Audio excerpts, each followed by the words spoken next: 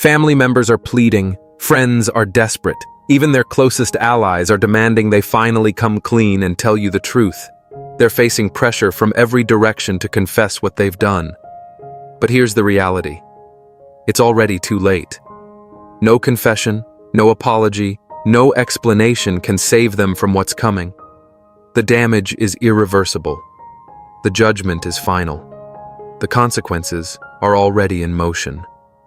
Nothing, absolutely nothing, can save these people from the fate they've created for themselves. You can see it in their eyes. The desperation, the panic, the realization that everything is unraveling faster than they can control. They can't sleep, their hands shake, their voice falters. Dark circles form beneath their eyes, growing deeper each day. The pressure isn't just external, it's spiritual. They feel it in their bones, in their dreams, in the way life suffocates them from all sides like an invisible vice tightening. You never had to say a word. Truth needs no defender. Reality requires no advocate.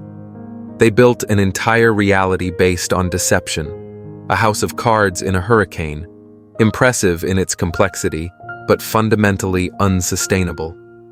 Remember how confidently they spoke, how easily the falsehoods flowed from their lips, how convincingly they maintained eye contact while fabricating reality? They crafted an illusion so convincing, they began to believe it themselves. The line between their deceptions and their perception blurred until they navigated a world that existed only in their mind. Each fabrication required another to support it. Each story demanded a more elaborate explanation. Each deception needed a network of smaller lies to maintain its structure. That web grew beyond their control, expanding to include innocent bystanders, entangling everyone around them in a reality that was never real. Friends repeated their lies to others, becoming unwitting accomplices. Colleagues made decisions based on false information. Family members defended them without knowing they were champions of deception. Everyone who believed them is paying the price. Investors losing savings they can't afford to lose. Friends losing face with their own networks. Family losing trust in their own judgment. Their closest allies are turning against them one by one, like dominoes falling in slow motion. Text messages go unanswered, calls blocked, doors closed that will never reopen. Professional relationships dissolve overnight. Business partners distance themselves publicly. Mentors pretend they never knew them. They thought they could control the narrative forever. They believed their intelligence exceeded everyone around them. They thought their version of events would become reality through sheer repetition and force of will. They thought wrong. The truth is a wildfire they can't outrun anymore. No matter how fast they sprint, how cleverly they maneuver, how desperately they seek shelter. It consumes everything in its path. Their credibility, their relationships, their accomplishments, their future prospects, their peace of mind. You never needed to expose them. Their own lies are doing that work perfectly, more thoroughly than you ever could. In every ancient tradition across continents and millennia, deception comes with an unseen contract, a karmic debt that must eventually be paid in full. The Egyptians called it Ma'at, the cosmic order that weighs the heart against a feather. The Hindus named it karma, the universal principle of cause and effect. The Greeks knew it as Nemesis, the goddess of divine retribution against those who succumb to hubris. Different names for the same universal principle. Energy returns to its source, multiplied. What goes around comes around with perfect accuracy. The moment they chose to deceive you, an invisible clock started ticking. A cosmic countdown began that would ultimately lead to this inevitable moment of reckoning. Studies show that chronic lying rewires the brain's neural pathways, making people increasingly self-destructive as they struggle to maintain their false reality.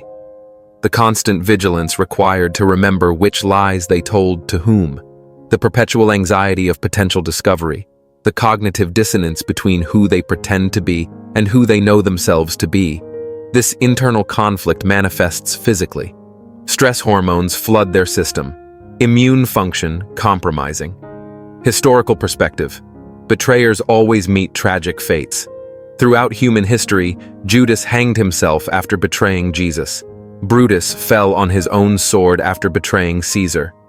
Benedict Arnold died in disgrace after betraying his country. History does not remember them kindly. Their names become cautionary tales whispered to children.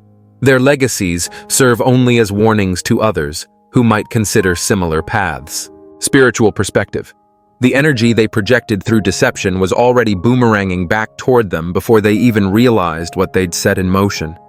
Every false word spoken against you, every manipulative action taken to undermine you, every betrayal orchestrated in darkness, all of it, gathering momentum in the unseen realms, building power with each passing day, returning home to its source with unerring accuracy. You didn't curse them. You didn't have to. You didn't wish ill upon them. You didn't need to. They cursed themselves the moment they chose deception over truth.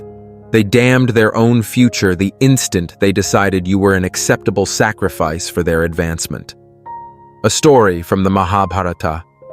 A warrior begged for forgiveness on the battlefield, but Krishna told him, "The arrow has already been shot. The consequences are already in motion." They see it clearly now, too late to matter. The damage they've caused, the lives they've affected, the trust they've shattered beyond repair. Regret consumes them in quiet moments. They draft apologies they never send. They rehearse explanations no one wants to hear. They imagine conversations of reconciliation that will never occur. In the shower, they argue with ghosts of the past. Driving alone, they plead their case to an empty car. Lying awake at 3 a.m., they rewrite history in their minds, taking different paths at crucial junctures. They reach out tentatively, testing the waters, hoping for mercy they haven't earned, forgiveness they don't deserve. But mercy requires timing, requires sincerity before discovery, requires genuine remorse before consequences arrive at the doorstep. Forgiveness might be divine, but it isn't owed. Reconciliation might be possible, but it isn't guaranteed. Second chances might exist, but they aren't distributed equally. They had countless chances to fix this before it reached this point of no return. Small moments of clarity they ignored. Brief windows of opportunity they allowed to close. Friends who questioned them gently, offering safe harbor for truth. Family who expressed concern, creating space for honesty. Colleagues who raised eyebrows, giving them chances to course correct. Even you gave them opportunities to come clean, to make amends, to choose a different path before the consequences fully manifested. But ego made them delay until it was too late. Pride kept them committed to the lie beyond the point of redemption.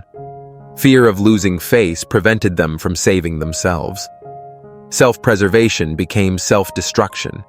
In a tragic irony they recognized only after crossing the point of no return. The door of mercy is sealed with a finality they feel in their chest.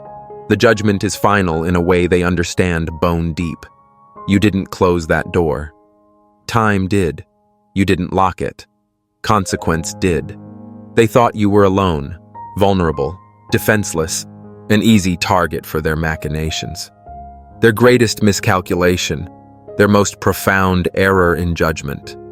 What they didn't see were the forces standing behind you, your ancestors whose blood runs in your veins, your spirit guides who whisper warnings in your dreams, the entire cosmic order that recognizes your authentic path while they plotted against you in boardrooms and back channels. Unseen guardians watched, waited, protected, prepared. Remember those strange coincidences that seemed meaningless at the time? The unexpected phone calls that came just when you were about to make a mistake? The timely warnings that arrived in the form of overheard conversations? The job that fell through when you needed to avoid a toxic workplace they had prepared for you? The meeting that canceled, preventing their ambush when you would have been most vulnerable? The sudden illness that kept you home when they set their trap at an event you would have attended? The random introduction to someone who later became crucial to your defense? The delay that frustrated you but ultimately saved you from their scheme? Not coincidences. Protection. Not random chance. Divine intervention. Not luck. Spiritual warfare waged on your behalf. Every attack they sent was intercepted before reaching its target. Every scheme disrupted before completion. Every trap disarmed before you could step into it. The attacks meant for you found their way back to their origin, often in ways so poetically just that coincidence cannot explain the symmetry. The spiritual warriors defending you never sleep, never rest, never abandon their post. They never leave you exposed or vulnerable. You felt isolated in this battle, but the entire universe stood with you, bending circumstances in your favor, creating pathways where walls should have stood. Your enemy never stood a chance. They were outmatched before the first move was made, outmaneuvered before they conceived their strategy. And now, let's take a moment to salute the ones who were never meant to fit in, because they were born to stand out. To the chosen ones, the silent forces, the watchers in the dark, always aware, always steps ahead, moving differently, thinking beyond, seeing what others refuse to acknowledge. They don't walk the easy road. They forge their own. They battle forces unseen, breaking illusions, rewriting fate itself. It's a path few dare to tread, and that's exactly why they do it. No masks, no pretense, just raw, unshakable truth. That's the obsidian inner order, a sanctuary for those who know they were never meant to follow. Over 450 invincible chosen ones, not bound by rules, but by purpose. A brotherhood and sisterhood of cosmic disruptors, truth seekers, and divine warriors.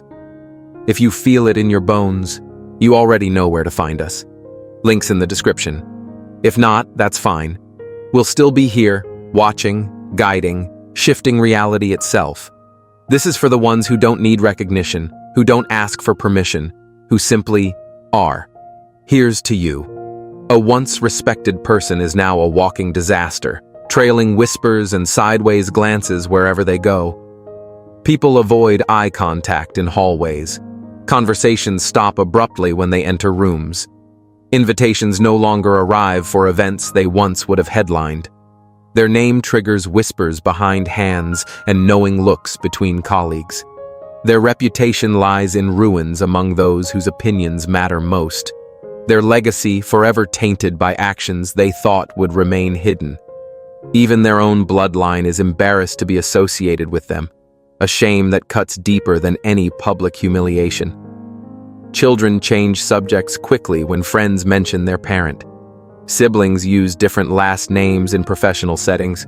Cousins deny relation when asked about family connections.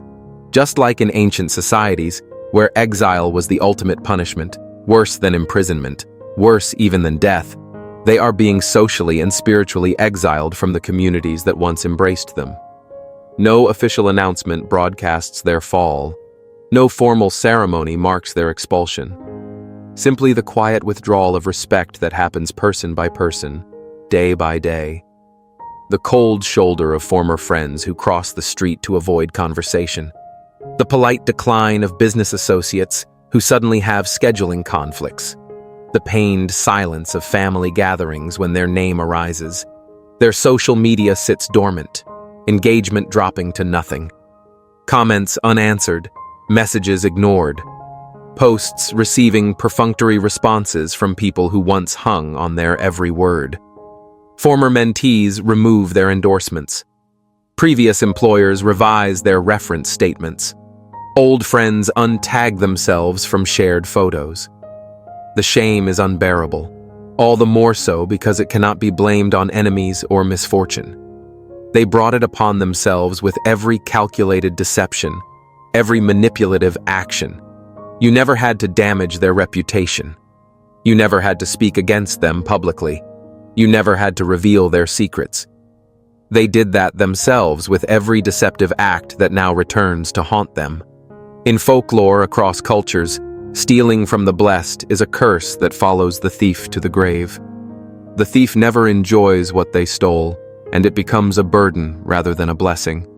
Remember what they took from you, the opportunities you created through hard work, the connections you built through genuine relationships, the ideas you developed through dedication and insight, the recognition that should have been yours after countless late nights, the position you earned through consistent excellence, the rewards you deserved after sacrifices no one else witnessed.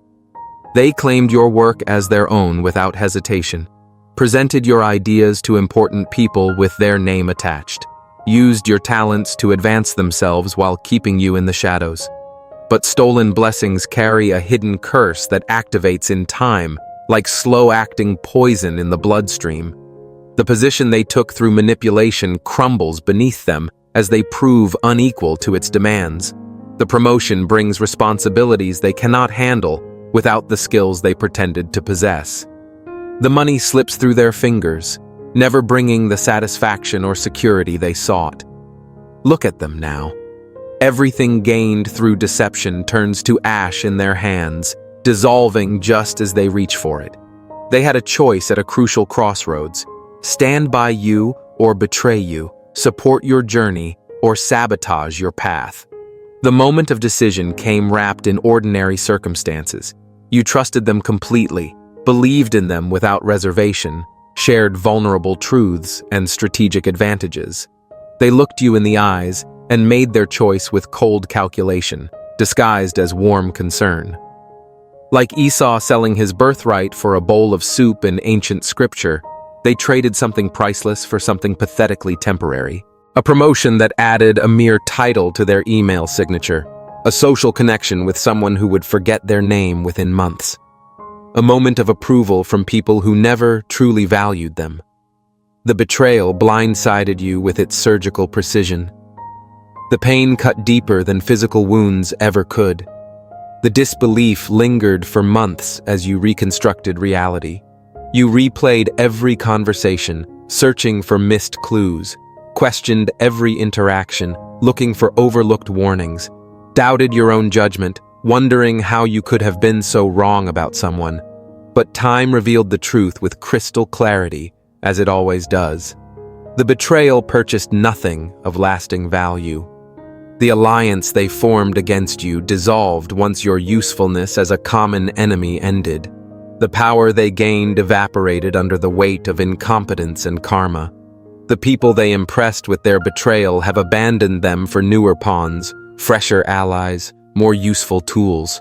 Just like Esau in the ancient tale, when they realized their mistake, the magnitude of what they traded away, it was too late to reverse the transaction. The birthright of your trust, once sold, cannot be repurchased at any price. The inheritance of your loyalty, once traded, cannot be reclaimed through any means. You didn't destroy their future. You didn't sabotage their success. You didn't orchestrate their downfall. They traded their future away willingly, in a marketplace where redemption is not available, and all sales are final. Some will face human law. Some will face divine law.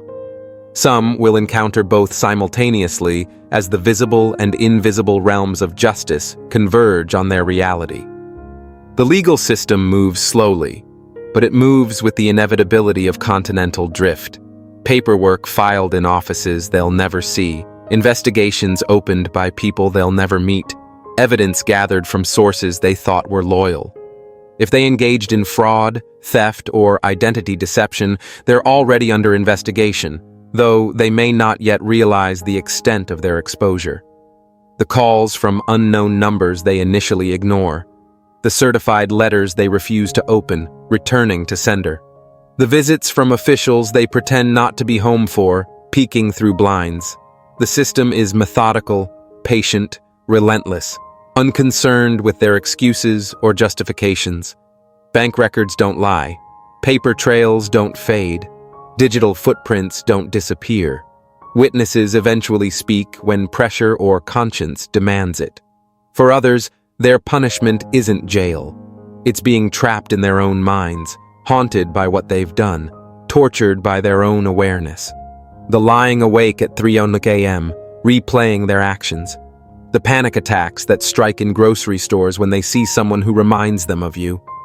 The inability to look in mirrors without seeing what they've become reflected back at them. Their conscience has become their prison guard, more vigilant than any human watcher. Their memory, the evidence against them, more detailed than any court transcript. Every spiritual tradition speaks of judgment not as vengeance, but as balance restored, not as punishment, but as harmony re-established. You didn't need to report them or seek justice through official channels. Justice was already on its way the moment they chose to harm you, moving toward them with unerring precision. Guilt isolates more effectively than prison walls. Shame separates more completely than physical distance. Their phone grows quieter each day, notifications dwindling. The invitations stop coming altogether. Weekends stretching empty before them. The messages go unanswered until people stop sending them. Their own family is cutting ties in ways both subtle and overt. Parents make excuses not to visit, always too busy, too tired. Siblings cancel holiday plans at the last minute with thin explanations. Children grow distant, calls briefer, visits rarer. Friends find reasons to be busy when they reach out.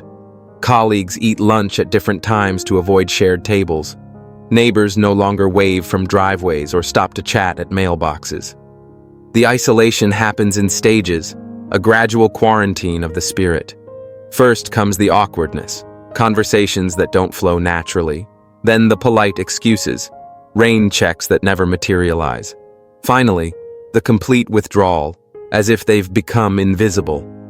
No weapon formed against you shall prosper, as declared in Isaiah 54:17. There's a reason their attacks failed.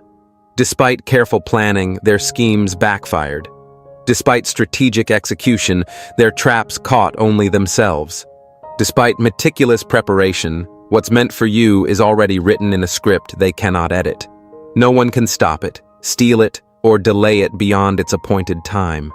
The opportunities that seemed lost when they interfered returned in better forms when the timing was right. The doors they slammed shut reopened with greater possibilities behind them when you were truly ready. The connections they severed through lies and manipulation were replaced by stronger alliances with people of genuine character. The position they stole from you through deception prepared you for a greater role you wouldn't have been ready for otherwise. The resources they diverted through their schemes ultimately reached you through unexpected channels, often multiplied in value. The recognition they blocked eventually found you through advocates they couldn't silence. Every attack against you only increased your favor with forces they cannot see. Every betrayal only expanded your power in realms they cannot access. Every obstacle they created only strengthened muscles you needed for your actual journey. The universe has perfect compensation for every loss, perfect timing for every delay, perfect justice for every wrong.